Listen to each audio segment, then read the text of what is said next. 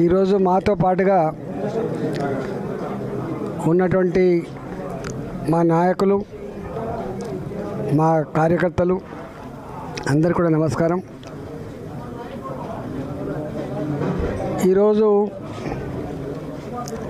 గ్రామ పంచాయతీలలో పాలక మండలి లేక 2 ఏళ్ళు అవుతుంది. గ్రామాలన్నీ కూడా వల్లకాడుగా మారిపోయినాయి.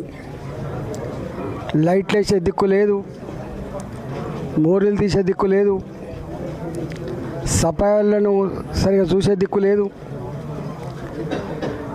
సెంట్రల్ గవర్నమెంట్ నుంచి వచ్చే ఫండ్స్ కూడా గ్రామ పంచాయతీలకు రాక జీతాలు కూడా ఇవ్వలేని పరిస్థితిలో ఉన్నాం.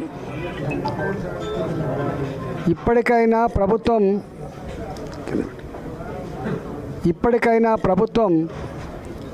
తక్షణమే గ్రామ పంచాయతీ